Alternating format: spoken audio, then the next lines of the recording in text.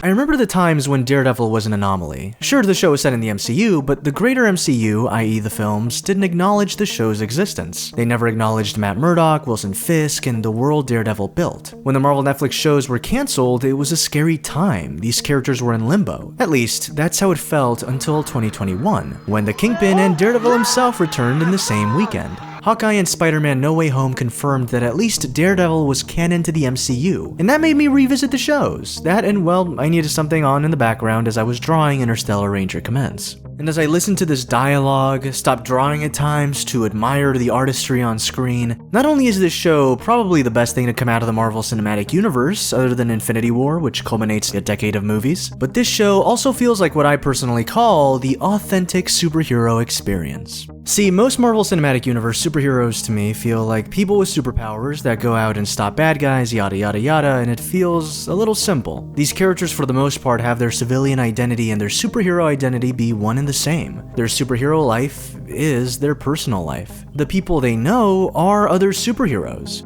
And I think what it boils down to is the lack of secret identities. While there are many different ways to tell a superhero story, I feel the most interesting, the most classic, the most engaging is the story where a hero has both a civilian life and their superhero life, lives they keep separate. Superman, prime example, Spider-Man, Batman, etc. There's something about wrestling with the human consequences of their actions when they act as superheroes that makes me adore these kinds of stories. And that's where Daredevil comes in. The show Daredevil is pretty much all about identity. Who is Matt Murdock? Who is Daredevil? What do these sides of Matt mean? How does this affect the people around Matt Murdock? All of the secret identity shenanigans, the hiding from friends, the lying affecting personal relationships, breaking them for whole seasons. That's kind of what I wanted for Spider-Man in the MCU, and I'm glad it happened here. Daredevil, to me, provides the authentic superhero experience. It's a story about living and dying, about the faces we put on for people in our lives. It's peak storytelling, peak cinematography, peak musical scoring, peak acting, peak peaking. It's phenomenal, and if you haven't watched the show, the video's full of spoilers, so you've been warned. Real quick, a big thank you to Raid Shadow Legends. They helped make this video possible. You've heard the name uttered time and time again, and that's for a very big reason. Raid Shadow Legends has taken gaming by storm, being the first game to bring a true console-level experience to your phone. Now explore millions of champion combinations and strategize with various tactics as you take on raid bosses, dungeon runs, campaign battles, and PvP arena matches. With hundreds of artifacts to equip and over 600 champions blessed with unique skills, you can build your team, develop your champions, and raid your way. I love fantasy games with all these fantastical creatures, and this game just oozes that. Robar? More like, oh snap, he gets an extra turn if he's stunned successfully. And of course, I love beautiful women kicking ass. That's my jam, so Manaya is always a go-to. She straight up heals the weakest champion on her default attack if you pair her up with champion Coronar. Straight up, look it up on YouTube, the two of them together are unstoppable. The game's a lot of fun. It's the strategizing and combining of characters that makes it super fun for me, and this month there's going to be a fresh rotation of the brutal Hydra boss and a ton of events every day, including special Valentine's Day events, where yep, you could get your hands on a brand new legendary champion. This is the best time to get started in Raid, and if you click my link in the description or scan my QR code here on the screen, you'll get cool bonuses. We're talking a free epic champion, Tayrel, 200,000 silver, 1 energy refill, 1 XP boost, and yeah, 1 ancient shard, so you can summon awesome champions as soon as you get in game. All this treasure will be waiting for you here. Thanks so much, Raid, for sponsoring today's video. In Daredevil's first episode, we see a young Matt Murdock screaming in pain, blinded. This isn't a happy-go-lucky story, this is a story founded on loss. A story about taking that loss and managing to make something out of it. Matt Murdock from the beginning is troubled. His secret identity is Daredevil, a protector of Hell's Kitchen, the neighborhood he was raised in. He knows what he does is against the law. He knows he brutalizes people at night, but at the same time, he knows he does what he does to protect families, children, the innocence of New York. And being Daredevil weighs on him, not because he doesn't want to be a vigilante, but because of how it affects his personal life as Matt Murdock. He has a genuine urge to stop crime, save innocent people. He feels like it's his responsibility, as he can hear them, their screams. And by having this other identity, he has to constantly keep secrets from his friends, and it hurts to watch. Matt's conflicted in involving Claire Temple in his Daredevil schemes, even though he's brutally wounded in episode 2 because it would put her in danger. And we start to see the repercussions that being Daredevil brings onto Matt. Sure, Matt's alter ego is Daredevil, but that doesn't mean once he takes off the mask, all of Daredevil's problems go with it. No, as the season goes on, Matt's desperation to stop Wilson Fisk, the Russians, and the rest of the major criminals in the city leads him to consistently put himself in danger, which leads him to constantly hurt people again and again. Sure, he brutalizes people to protect others, but Matt Murdock inches closer and closer into becoming a violent individual working outside the law to get what he wants. And that sounds a lot like Wilson Fisk, doesn't it? The Kingpin, too, wants to supposedly save New York, but he wants to do it by tearing it down and rebuilding from its ashes. He does this by working outside the law or manipulating it in his favor. The very thin line between Fisk and Daredevil are methods and the fact that Matt doesn't kill. And Matt constantly walks dangerously close to that line, questioning whether he should kill Wilson Fisk or not. And a lot of the drama in the show stems from that. I just don't think I can let myself fall in love with someone who's so damn close to becoming what he hates. It's a question of, who is Matt Murdock? Is he this lawyer that wants to do things by the book? Or is he this vigilante that takes what he wants at night? Is this vigilante Daredevil limitless? Is he willing to kill? And if Matt Murdock is Daredevil, that means that Matt Murdock could potentially become a killer. You think you're different from me? But you'll get there.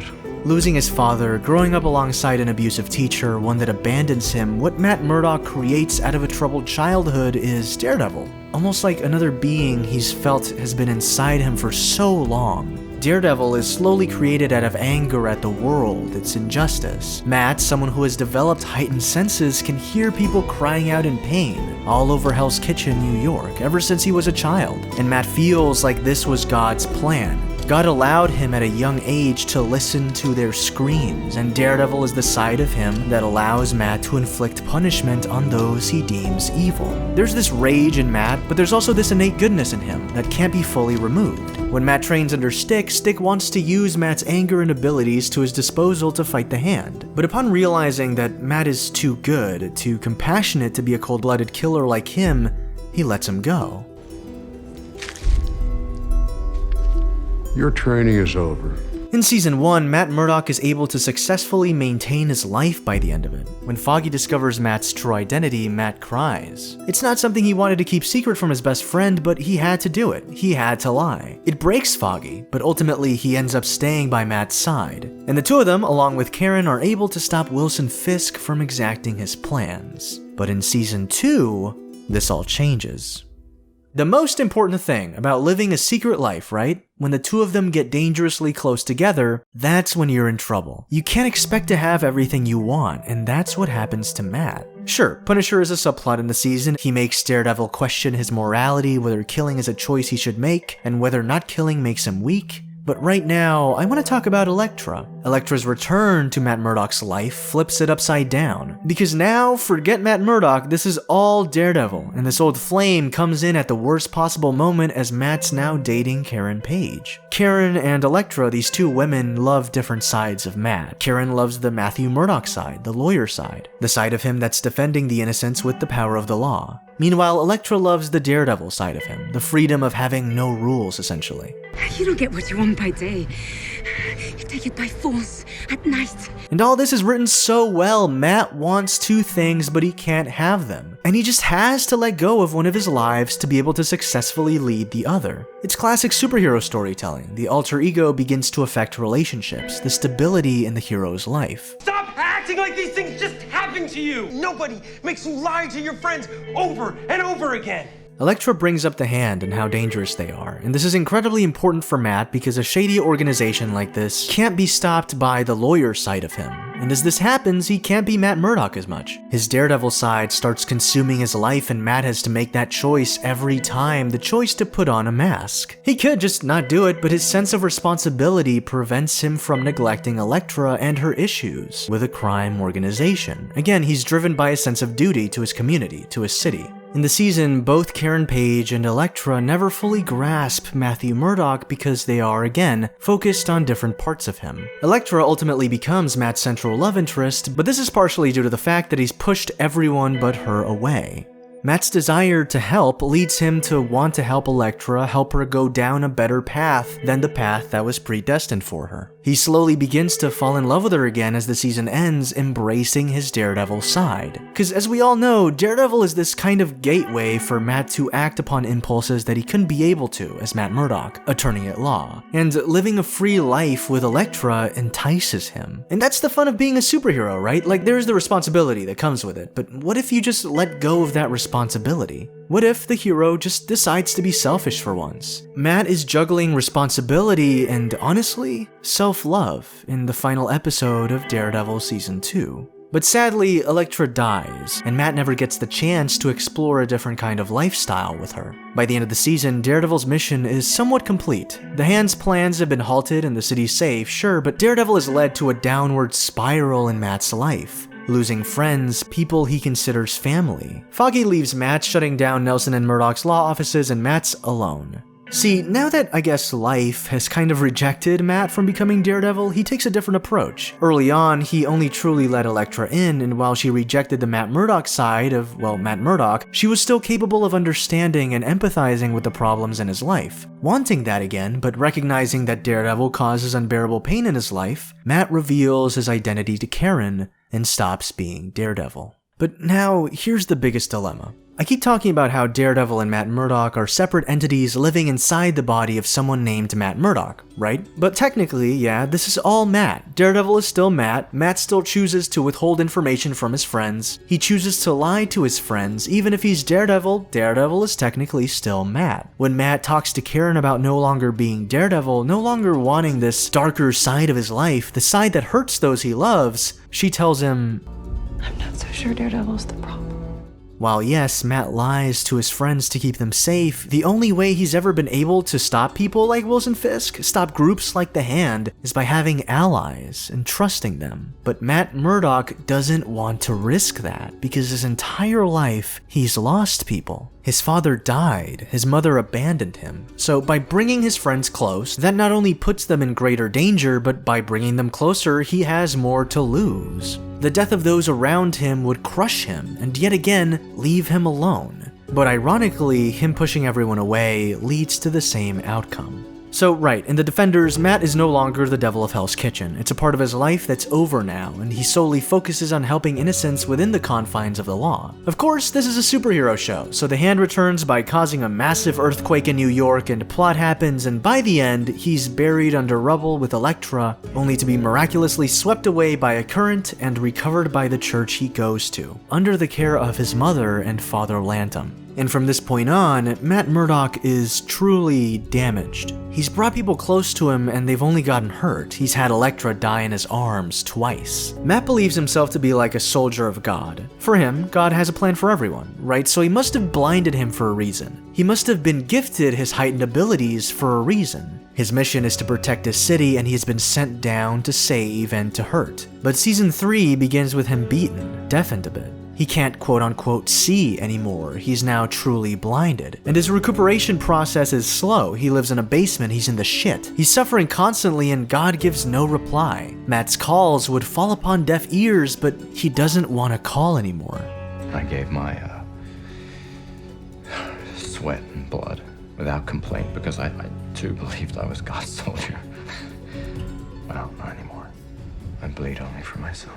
Daredevil is no longer an agent of God, he is now truly a solitary agent that exacts whatever Matt needs to exact. Matt Murdock, the man led by faith, is supposedly gone. And Matt says he would rather die as Daredevil than live as this Matt Murdock. This Matt Murdock that would willingly get shit on by God. Matt even calls Job, someone he compares himself to, a pussy for willingly being punished by God. It's the most remarkable storytelling I've seen in a live-action superhero work in so long. It's that never-ending question, who am I? But also, why am I? It's this story about faith and the loss of it, and the journey towards Matt regaining his faith. About allowing people back into his life is what makes Season 3 so incredibly beautiful amidst all the carnage. Matt Murdock needs to be redeemed in Season 3. It's all about Matt giving himself a second chance, a chance to forgive himself for everything. and allowing those he loves to forgive him as well. And this cannot happen if Matt Murdock kills Wilson Fisk. Then, and only then, will Matt's journey have been for naught, because it's just replacing a villain with another. It would be the true death of Matt Murdock, as in the spirit, the idea of Matt Murdock. And Matt is fine with physically dying, but it's not like he wants to die like he is around the first half of season 3. He doesn't want to die without being absolved of his sins. The most brutally fucked up moment of season 3 is when Matt Murdock, dressed in black, lies on the ground, knees on the street, head held up, going, God forgive me.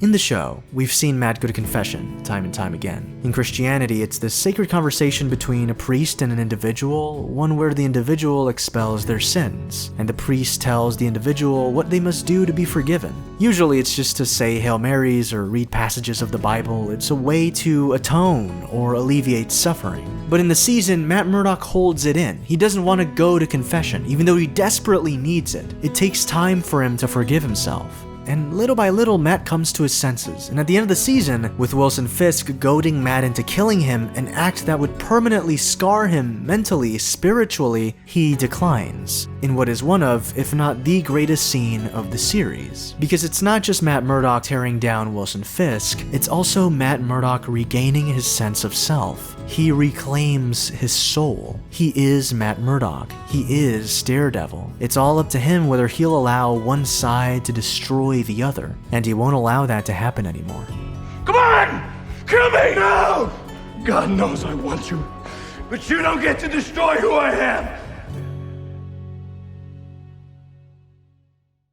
I'm pretty sure Daredevil was cancelled on Netflix thanks to Disney, but the character's back now, and he's able to interact with the greater Marvel universe. But what I'm worried about is whether or not the quality of writing will stay the same. I'm worried that the story of Matt Murdock, his identity crises, his struggles with faith and the justice system and the world will be neutered. But I'm thankful we've gotten 3 quality seasons of superhero storytelling, delivering incredible stories of one of the most underappreciated superheroes of our time. And hey, maybe Disney Plus or Hulu can kick ass and make season 4 with the original showrunners and writers and cast. God knows, I'd love that.